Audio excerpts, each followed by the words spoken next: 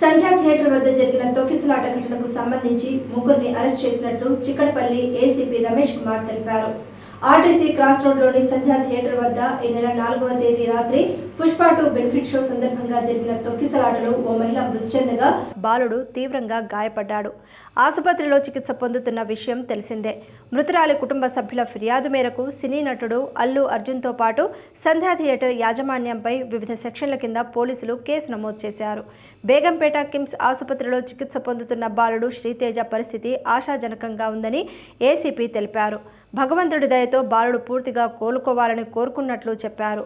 సంధ్యా థియేటర్కు సంబంధించిన పత్రాలు క్షుణ్ణంగా పరిశీలించామని, థియేటర్ యాజమాన్యంలో 8 మంది పార్ట్నర్స్ ఉన్నారని, వీరిలో ప్రతి ఒక్కరూ ఘటనకు బాధ్యులేనని, యజమానుల్లో ఒక్కరైన Sandeep lower balcony, upper balcony in charge Vijay Chander, senior manager నాగరాజ్ను అరెస్ట్ చేసి ఇప్పటికే చంచల్గూడ జైలుకు రిమాండ్కు తరలించామని ఏసీపీ తెలిపారు. మీ అందరికీ స్వాగతం. గౌరవ మా సిపి గారు, మా ఆస్కార్ ఆఫీసర్, మా డీసీపీ సార్ వారి ఆదేశాలకు అనుగుణంగా ఈరోజు ఈ ప్రెస్ మీట్ ఏర్పాటు చేయడం జరిగింది. ముఖ్యంగా మీకు అందరికీ తెలుసు, ఒక బాధాకరమైన సంఘటన 4వ తారీఖు నాడు 4/12 నాడు సంధ్యా 70 AM స్పెషల్ షోలు జరుగుతున్నప్పుడు ఒక సఫకేషన్ తోటి ఊపిరాడక లోయర్ బాల్కనీలో చనిపోయిన సంగతి మీ అందరికీ విదితమే. ఆ క్రమంలో దానికి సంఘటనకు బాధ్యులైన దాని గురించి మా డీసీపీ సార్ ఆ రోజు పత్రికా సమావేశం ఏర్పాటు చేసి బాధ్యులైన వారిపై చట్టరీత్యా చర్యలు తీసుకుంటామని చెప్పి చట్ట ప్రకారం 105, 1181 రెడ్ విత్ 3/5 BNS ప్రకారము కేసు నమోదు చేసి చిక్కడపల్లి పోలీసుల ద్వారా పరిశోధన కొనసాగింది.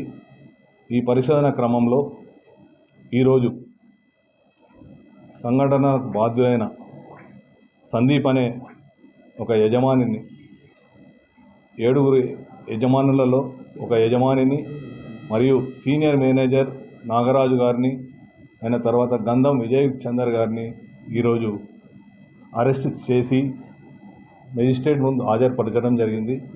వారిని జ్యుడిషియల్ రిమాండ్కు తరలించడం జరిగింది. ఈ సంఘటనలో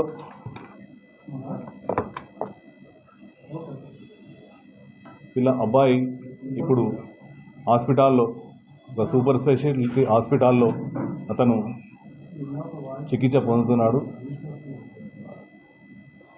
చికిత్స జరుగుతున్నది. ఇంకా దీనిలో ఈ కేసులో